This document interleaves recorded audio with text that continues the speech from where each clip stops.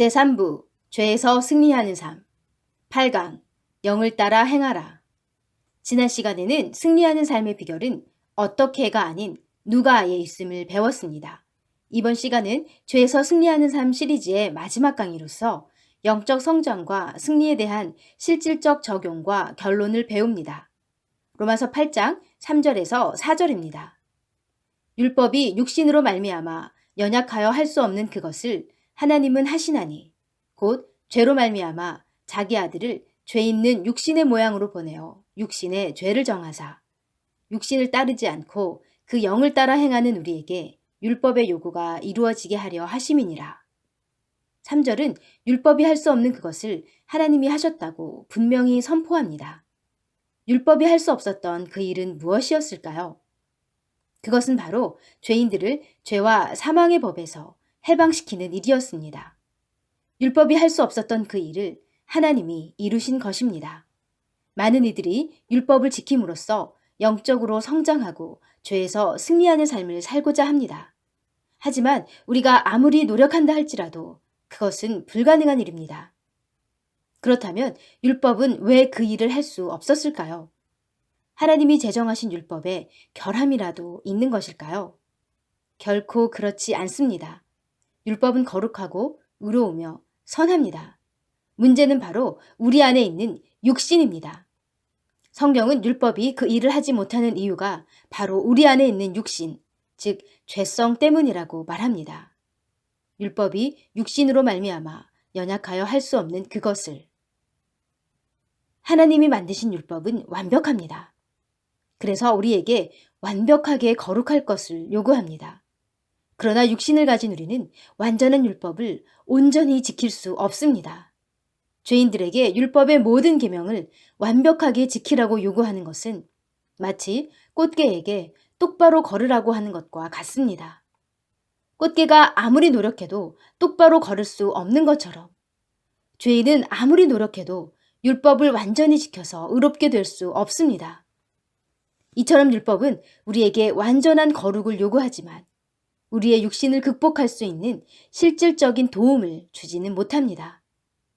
그런데 율법이 하지 못한 그 일을 하나님은 할 수 있으셨습니다. 하나님은 죄인들을 죄와 사망의 법에서 풀어 자유케 하셨습니다. 이는 하나님이 아니고는 도저히 할 수 없는 일이었습니다. 그렇다면 하나님은 육신을 가진 죄인들, 결코 거룩하지 못한 죄인들을 어떻게 죄와 사망의 법에서 해방시켜 주실 수 있었을까요? 하나님이 우리를 죄와 사망의 법에서 자유케 하신 방법은 율법이 아닌 그분의 아들을 통해서였습니다. 하나님은 육신을 가진 우리가 얼마나 연약한지 잘 아셨습니다. 그래서 우리의 연약함을 도울 구원자, 예수 그리스도를 보내주셨습니다. 하나님은 율법으로는 결코 의로워질 수 없는 연약한 우리를 도와주시기 위해 예수님을 이 땅에 보내주셨습니다. 그런데 예수님은 영광스러운 신의 모습이 아닌 죄 있는 육신의 모양으로 이 땅에 오셨습니다. 이 말은 예수님도 우리처럼 죄성을 가지고 계셨다는 뜻인가요? 그렇지 않습니다. 예수님은 아담의 후손이 아닌 여자의 후손으로서 아담에게서 물려받은 죄성이 없으셨습니다. 죄 있는 육신의 모양이란 말은 예수님의 육신도 죄성을 가진 인간들의 육신과 같은 모양이었다는 뜻입니다. 다시 말하면 예수님은 하나님이셨지만 죄성을 지닌 우리와 동일한 육신을 입으신 완전한 사람으로 이 땅에 오셨다는 뜻입니다. 율법은 율법을 온전히 지키지 못한 죄인을 정죄하고 처벌합니다. 율법은 완전한 거룩을 요구하지만 그 완벽한 요구에 따를 수 없는 죄인을 향해서는 그 어떤 동정이나 도움도 주지 못합니다. 반면 예수님은 죄인들은 사랑으로 품어주시고 대신 우리 안에 있는 죄를 정죄하고 심판하셨습니다. 여기서 주목해야 할 것은 예수님이 우리 육신 안에 있는 죄를 제거하신 것이 아니라는 사실입니다. 죄는 우리 안에 여전히 남아있지만 이미 예수님에 의해 정죄받았습니다. 사형을 선고받은 죄수는 아직 살아있지만 죽은 것과 같습니다. 마찬가지로 우리 안에 죄는 아직 존재하지만 예수님에 의해 이미 정죄받았습니다. 죄가 완전히 멸망당하는 것은 이제 시간 문제일 뿐입니다. 4절은 예수님이 사람의 모습으로 오셔서 우리 죄를 해결하신 목적을 설명해 줍니다. 예수님이 우리의 죄를 대속해 주신 이유는 율법을 폐지하고 우리 마음대로 살게 하신 것이 아닙니다. 오히려 우리 안에서 율법의 요구가 이루어지도록 하기 위함입니다. 여기서 이루어지게라는 동사는 원어에서도 수동태입니다. 즉 우리 스스로는 율법의 요구를 완성하는 것이 아니라 예수님이 우리 안에서 이루어지게끔 해주신다는 것입니다.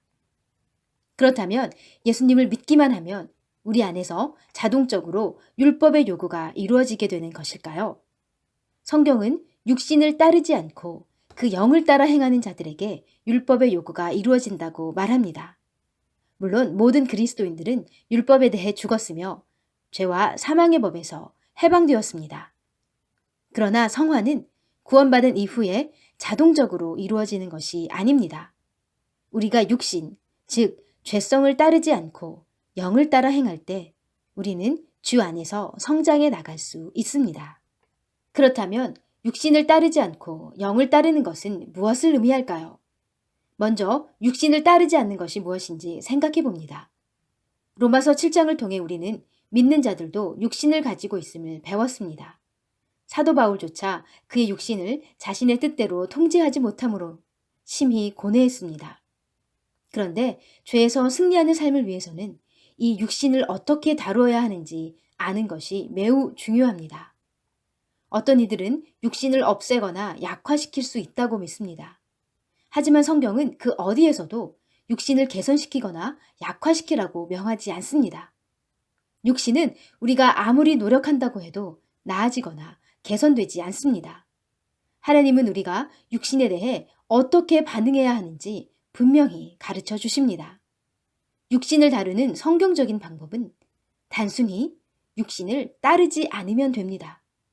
육신을 따르지 않는 것은 육신의 요구를 들어주지 않고 무시하는 것이며 보다 적극적으로는 육신이 요구하는 그 반대로 행하는 것입니다. 우리는 죄의 소원을 느낄 때 우리 자신이 그 욕구를 갖는 것이라고 오해합니다. 하지만 로마서 7장에서 알 수 있듯이 우리 세 사람은 선한 일을 소원하고 선하게 살고자 합니다. 거듭난 우리에게 여전히 죄의 소원이 가득한 것은 우리 세 사람이 아닌 우리 안에 남아있는 육신의 욕구입니다. 우리는 그 육신의 욕구를 마치 우리의 소원인 듯 착각하며 육신의 요구에 순종합니다. 그러나 승리하는 삶은 육신의 욕구를 분별하고 그 명령에 불복하는 데서 출발합니다. 가령 육신이 게으름을 피워라 고 명령하면 그 명령에 순종하기를 거부해야 합니다. 더 나아가 게으름의 반대 방향, 즉 근면한 방향으로 나가야 합니다.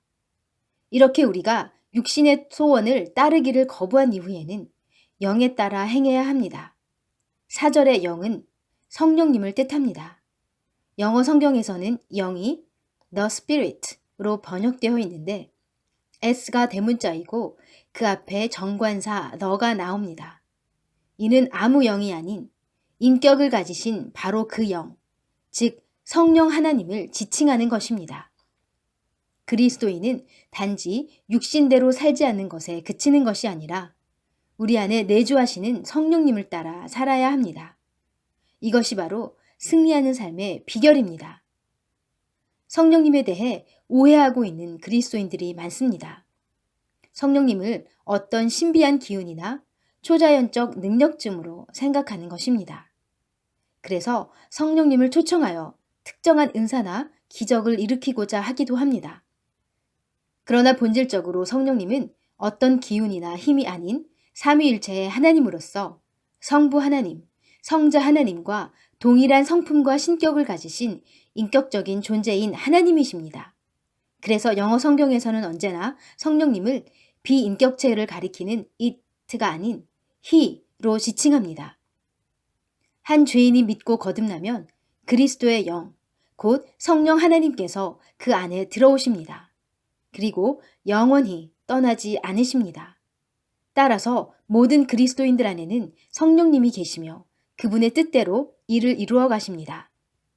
그렇다면 성령님이 성도 안에서 행하시는 일은 무엇일까요? 우리는 흔히 성령님의 사역하면 방언이나 치유, 예언 등의 기적을 떠올립니다. 하지만 성도 안에서 이루어 가시는 성령님의 사역은 이적 그 자체보다는 성도 한 사람 한 사람을 그리스도의 형상으로 자라게 하는데 초점 맞추어져 있습니다. 사실 성도 안에서 이루어 가시는 성령님의 사역은 그리스도인의 삶을 이끌어 가시는 모든 것이라고 보아도 무방합니다. 성령님은 믿는 자들 안에 거하시며 구원을 인치고 보증하십니다. 믿는 이들에게 각자에 알맞는 여러 은사를 나누어 주십니다. 성령님은 또한 성도를 위해 하나님의 뜻대로 기도하십니다. 성령 하나님은 성도가 하나님의 말씀과 뜻을 깨닫도록 하십니다. 성도를 가르치시고 인도하시며 순종할 수 있는 힘을 공급해 주십니다. 이를 통해 궁극적으로 성령님은 성도 안에 성령의 열매를 맺게 하시며 성도를 그리스도의 형상으로 자라게 하십니다. 이렇듯 우리 안에 거하시며 우리를 의의 길로 인도하시는 성령 하나님을 의지하고 순종하는 것이 성령을 따라 행하는 삶입니다. 따라 행하다로 번역된 그리스어 페리파테오는 기본적으로 걷다의 뜻을 갖습니다. 여기서 이 단어는 현재형 능동태입니다. 즉, 삶의 여정에서 현재의 모든 순간에 적극적으로 성령 하나님과 함께 걸어가야 한다는 뜻입니다. 성령님은 우리가 방언을 할 때만 필요한 분이 아니십니다. 성령 하나님은 우리가 병들어 치유가 필요할 때만 찾아야 하는 분이 아니십니다. 성령님은 우리가 아침에 눈을 떠서 밤에 눈을 감을 때까지 삶의 모든 순간에서 우리의 인도자가 되시며 능력의 공급자가 되어 주십니다. 그렇다면 우리는 어떻게 성령님과 늘 동행할 수 있을까요? 두 존재가 함께 걸어가기 위해서는 그 둘이 걸어가는 방향이 같아야 합니다. 각기 다른 방향으로 걸어간다면 결코 동행할 수 없습니다. 그렇습니다.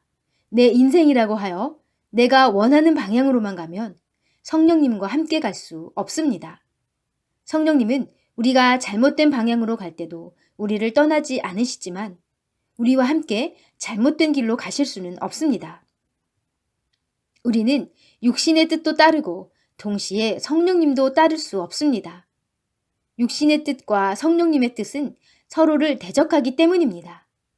따라서 우리가 성령님과 동행할 수 있는 유일한 길은 내 육신이 가고 싶은 방향이 아닌 성령님께서 우리를 인도하시는 방향대로 따르는 것입니다. 내가 이르노니 너희는 성령을 따라 행하라. 그리하면 육체의 욕심을 이루지 아니하리라.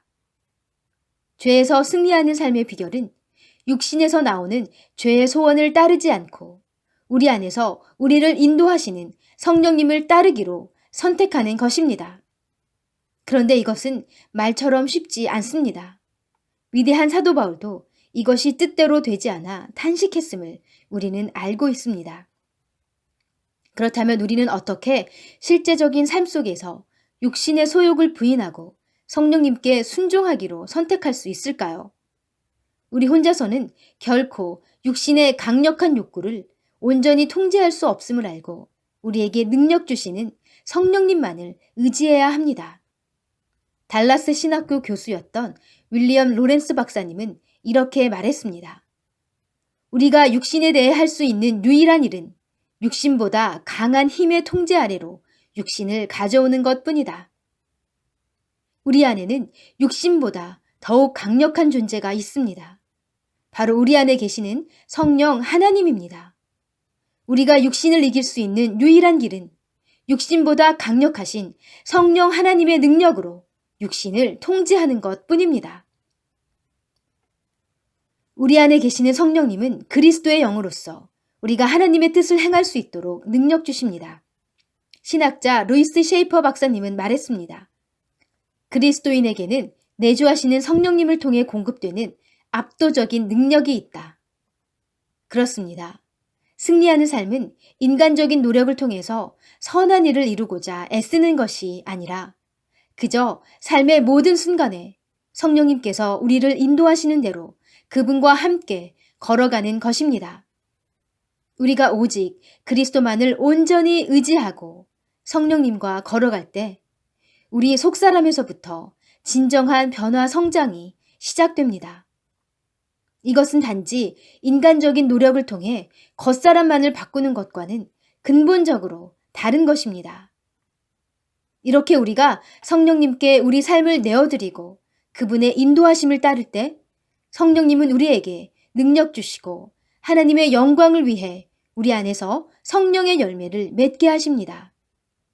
이를 통해 우리는 단지 겉모습이 바뀌는 것이 아니라 속사람으로부터 그리스도의 형상으로 자라가게 됩니다. 이것이 바로 하나님께서 그분의 자녀들을 위해 계획해 놓으신 진정한 변화 성장, 승리하는 삶의 모습입니다. 하나님은 우리가 죄인이었을 때 이미 우리를 위해 그 아들을 죽게 하셨습니다. 죄인이었던 우리를 위해 예수님이 죽으셨다면 이제 그분의 자녀가 된 우리를 위해 예수님은 얼마나 더 큰 사랑과 능력으로 우리를 인도하고 계실까요? 얼마나 놀라운 하나님을 우리가 섬기는지요. 얼마나 아름다운 구원자를 우리가 따르는지요. 지금까지 1강에서 8강에 거쳐 죄에서 승리하는 삶에 대해 배웠습니다. 승리하는 삶의 비결은 열심 있는 활동이나 인간적인 노력에 있지 않습니다. 우리 안에 육신이라는 엄청난 한계를 가지고 있음을 겸손히 인정하고 오직 주님만을 의지함으로 매 순간 성령님을 따르는 삶을 살아야 합니다. 우리가 주님만을 의지할 때 주님께서 필요한 능력을 공급해 주십니다. 승리는 어떻게가 아니라 누가에 있음을, 그리고 그 누가는 우리 안에 계신 그리스도, 즉 그분의 영이신 성령 하나님이심을 믿습니다. 사랑하는 하나님 아버지, 승리하는 삶의 비결을 가르쳐 주셔서 감사합니다. 가르쳐 주신 대로 육신의 소원을 부인하고 성령님을 따르도록 선택하기 원합니다. 그러나 육신을 가진 제가 혼자서는 아무것도 할 수 없음을 주님은 잘 아십니다. 오직 그리스도만을 의지하오니 육신을 부인하고 성령을 따를 수 있는 힘 주십시오. 제 삶 가운데 성령의 열매가 풍성히 맺히고 오직 하나님께만 영광 올려드리길 기도합니다. 예수님의 이름으로 기도합니다. 아멘.